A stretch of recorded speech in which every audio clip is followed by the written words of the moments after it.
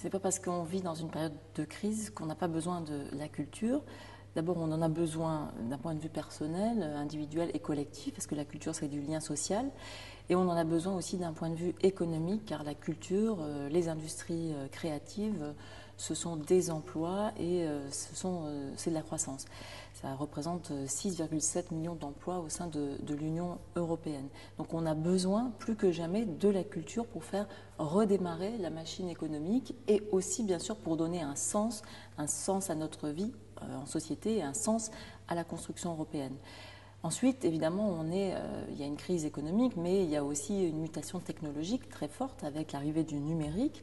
Et donc, face au numérique, on a besoin de nouvelles régulations. Et ces nouvelles régulations, pour assurer un partage plus équitable de la valeur, elles doivent se faire avec les nouveaux acteurs. C'est-à-dire, en gros, il faut faire entrer les nouveaux acteurs du numérique dans les mécanismes de régulation qui existaient à l'ère analogique. Ça veut dire qu'il faut adapter ces mécanismes, bien sûr, mais en gros, ceux qui diffusent des œuvres doivent contribuer à financer leur création. C'est ce principe-là qui a été mis en place pour l'analogique et ce principe, il est extrêmement pertinent, extrêmement vertueux et donc il peut aussi tout à fait s'appliquer à l'ère du numérique.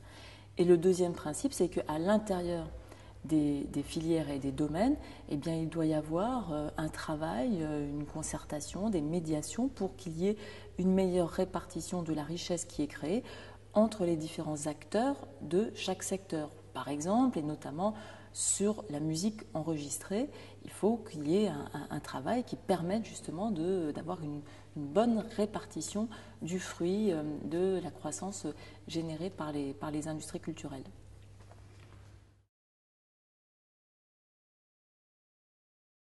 Le socle de l'exception culturelle de demain, c'est d'abord et avant tout continuer à soutenir les industries créatives et la création en France et en Europe.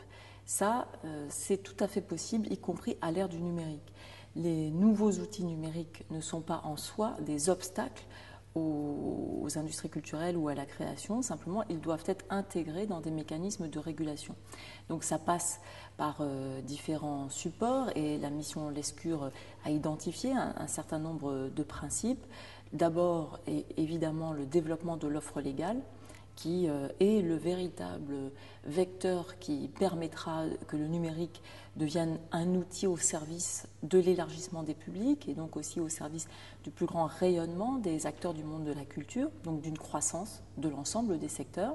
Donc développement de l'offre légale, lutte contre la contrefaçon qui doit être orientée vers la contrefaçon commerciale plutôt que de se concentrer sur le piratage domestique, comme l'appelle le rapport.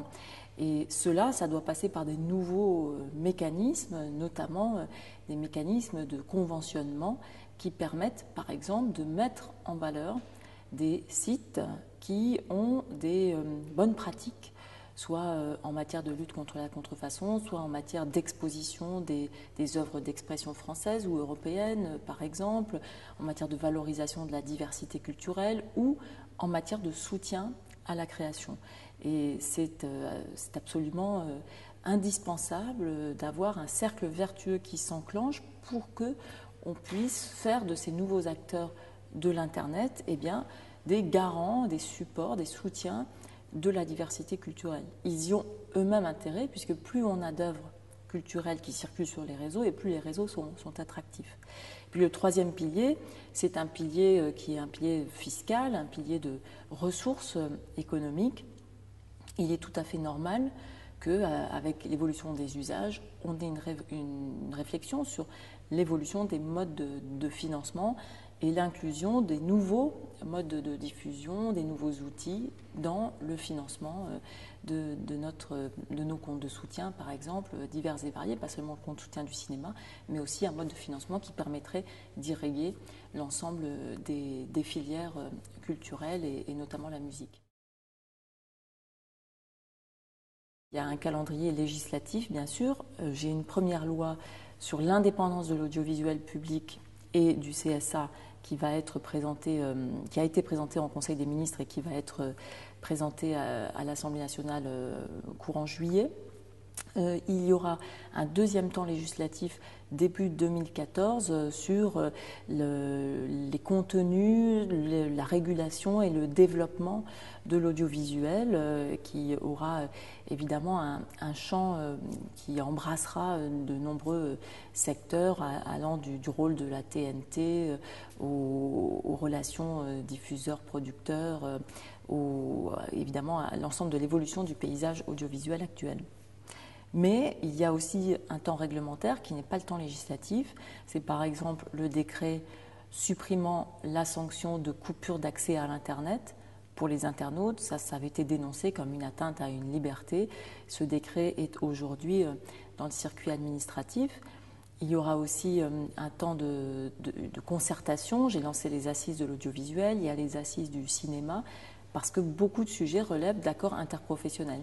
Je pense par exemple à la chronologie des médias qui nécessite un accord entre les professionnels et donc nous avons besoin de temps pour mener à bien cette discussion. De même que pour les relations entre les producteurs et les diffuseurs, j'ai confié une mission à Laurent Vallée pour essayer de faire émerger une solution qui permette de rassurer tout le monde. Il y a aussi sur la question du financement de l'audiovisuel un travail qui est mené au Parlement par les parlementaires sur l'évolution des recettes de l'audiovisuel public, mais aussi éventuellement sur la question de l'assouplissement des règles concernant la publicité à la télévision. Donc beaucoup de chantiers se mêlent en parallèle et vont se dérouler pendant l'année 2013 et au début 2014. Fin 2013, il y aura déjà la loi de finances qui sera passée, donc on aura notamment sur l'audiovisuel, etc., un certain nombre de mesures qui seront discutées dans le cadre de la loi de finances, donc qui seront actées avant la fin de l'année 2013. Et s'il y a des évolutions, par exemple, sur les recettes de l'audiovisuel public, ça sera acté en loi de finances, donc ça sera à l'automne 2013. Sur la chronologie des médias, ça peut aller très vite. Là, c'est entre les mains des professionnels, bien sûr poussé et aiguillonné par l'État. Et donc, je souhaite que ça puisse aller vite. En même temps, c'est normal que ça prenne un peu de temps, mais il faudrait que effectivement, cet automne, on ait un accord qui se dessine.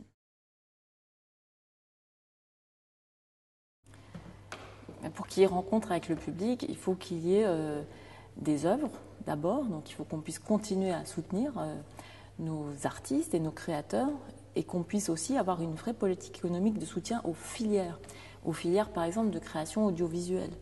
Je pense que la France a un riche potentiel et que pour ça il faut qu'on investisse dans les phases de développement, dans les phases d'écriture de la création audiovisuelle. Donc ça c'est essentiel, soutenir et donc continuer à défendre l'exception culturelle au service de la diversité culturelle. Le deuxième principe, évidemment, c'est qu'on puisse travailler le plus en amont possible, c'est-à-dire avec l'éducation artistique et culturelle, qu'on puisse avoir de l'éducation à l'image, de l'éducation au cinéma dès l'école primaire, et puis que ça se poursuive tout au long de la scolarité des jeunes pour que, en fait, ces enfants, ces jeunes élèves puissent acquérir les outils de lecture des œuvres cinématographiques, mais aussi des œuvres audiovisuelles, les outils de lecture de l'image, tout ça, et on le sait très bien, plus on est habitué, plus on est formé à décrypter, et plus on a envie d'aller voir des films, d'aller et peut-être soi-même aussi de passer de l'autre côté. Donc c'est extrêmement important, non seulement d'un point de vue citoyen, d'un point de vue éducatif, mais aussi bien sûr pour encourager nos filières. Et puis le troisième aspect, pour moi, il est européen. Je souhaite que la construction européenne puisse repartir autour des questions culturelles, des enjeux culturels. Et je pense que le public européen, il existe. On le sait, par exemple, si on regarde ce qui se passe avec nos salles d'Europa Cinéma, on voit que les œuvres européennes circulent dans les salles de cinéma, qu'elles attirent toujours davantage de public. Il faut qu'on donne un nouvel élan à cela, et c'est aussi ça le sens de l'acte 2 de l'exception culturelle. C'est de montrer que ce n'est pas une démarche franco-française, ce n'est pas une démarche frileuse ou conservatrice, c'est une démarche qui va nous permettre de relancer une véritable dynamique européenne autour d'enjeux qui sont des enjeux essentiels.